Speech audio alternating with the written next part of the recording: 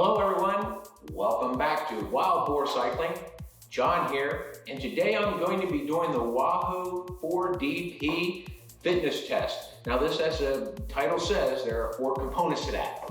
We have neuromuscular power. This is most often associated with your sprinting power.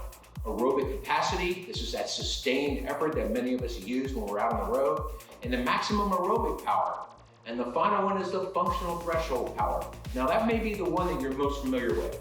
Now according to Wahoo, that this functional threshold power is also the 20-minute variety, but it comes at the end of the session after you've also already expended a lot of energy.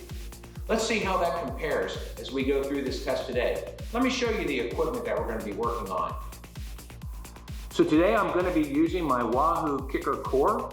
I've had this now for a couple of weeks and I've been going through the Wahoo training program. I really like how it's responding. I've learned to use the program and it's pretty simple to set up. Today mounted on it I have my Jamis Zenith. This is the bike I use in the wintertime.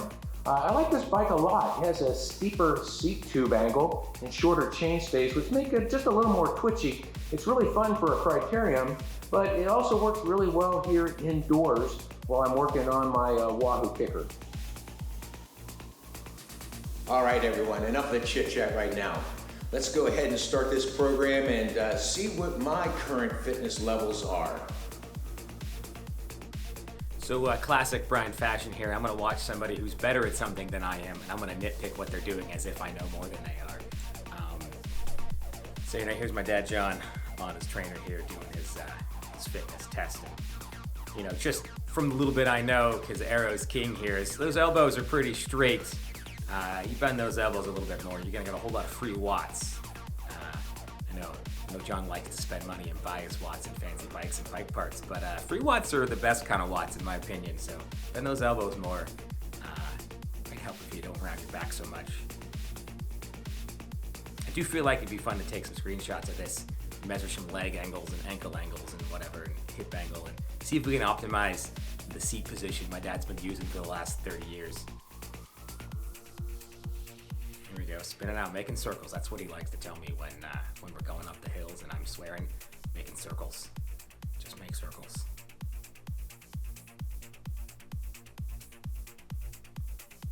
Can't see the numbers yet. I haven't looked at the numbers yet, but I guarantee his biking stats are better than my welding stats at this point in time. So, we'll have to look at those. Well, Brian, here we are back. I had quite a workout today. What'd you see out there? What I see out there? I saw a retired guy riding a bike in his garage. Really exciting video. Yeah, it was great. I hope these people thought it was exciting too, an entertaining thing to watch. But what did you notice? I noticed a couple of things. One thing is just like kind of a callback to one of the things you've always told me about riding a bike is, don't move anything that doesn't need to move. And you're really bouncing in the saddle a lot. And I wonder if that's why some of your power numbers were lower. Okay. Another thing that I kind of noticed was the stand, the Wahoo stand, while it might be sturdy enough to really put down some watt numbers when you're sprinting and getting out of the saddle, I don't know if it feels that way. And so I wonder if you were holding back a little bit because it might, you worried about tipping over or something. So maybe it's just like a practice thing, getting the feel for the Wahoo there. All right, good points, Brian. Now, so this was the 4DP fitness test, and that's part of the Sufferfest program in Wahoo. Sufferfest. I really like that name. Pain is weakness leaving your body. That's what he likes to say. Yeah. So once again, here's a quick clip of the ride profile. You can see there's a warm-up section and then the other different segments of the evaluation that gives the measures of neuromuscular power, anaerobic capacity, maximum aerobic power, and finally the functional threshold power, which most folks are familiar with. I'm going to tell you my experience. I agree with you. I didn't find it that challenging. I just felt like I knew something was wrong from the start. I was bouncing in the saddle, and I just didn't feel like I could give it all. And wow, when I finished, I really felt like I had a whole lot more left in the tank. So let's look at those numbers right now and see what Wahoo says. Yeah, just at a glance, I'm looking at these neuromuscular 318. I know in a sprint here locally that I pulled in, based on my Strava estimates, over 550. Anaerobic capacity, wow, same thing. I know that, mine is probably closer to 250 than the 197 that they're listing. And then the maximum aerobic power, 176. That's from that 5-minute section. That's where you saw me drinking the water, because I was working pretty hard right there, folks.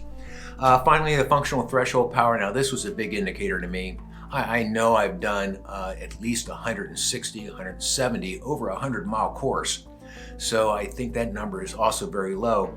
I made some mistakes. I had the settings incorrect. I think I left the ERG on, and I also left the auto stop on, which really affects, I think, the total results out of this test.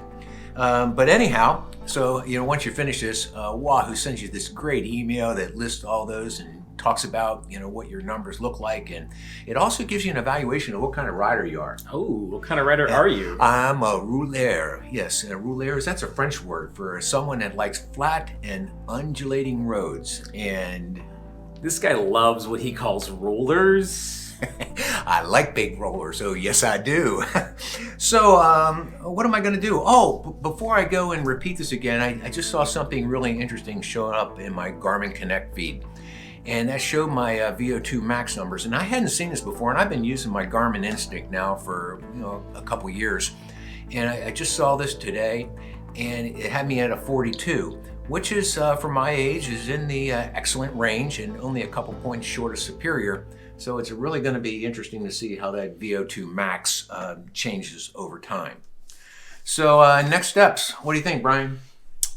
Next steps, I mean, just from a good scientific standpoint, you got to do the experiment more than once. So probably repeat this. And I would think you probably need to do it maybe more than that, just to get enough data points to be confident in them, especially if we feel like there's errors in this experiment, so to speak. Yeah, I agree. I think that's going to be my next big step. Is I need to make sure I redo this, the full frontal again, the FDP test, and then compare those results with these results that we just got. And in the meantime, make sure I do what we always used to tell our students to do. What is that, Brian? Read the instructions. Read the instructions and follow the directions. Yikes. Hey, so turn off your ERG, viewers, and turn off your auto stop to make sure you get the best results out of your FDP exam from Wahoo Kicker. So once again, thanks for watching. What do we tell them? Again, really appreciate you guys sticking here through the end of the video. I know not everybody watches the end of YouTube videos, but thanks for being here. Hopefully we can keep making more of this content and you keep watching it. So make sure you like and subscribe and hit that bell button so you get notifications when the new ones come out. We are trying to do a every Friday schedule, but just in case we get off that schedule, you want to hit that notify button. Great. And thanks again. We'll see you next time on Wild Boar Cycling. And in the meantime, keep the rubber side down. Keep the rubber side down. How's my hair looking? Is it good? I mean, I rode my bike over here. I got helmet hair.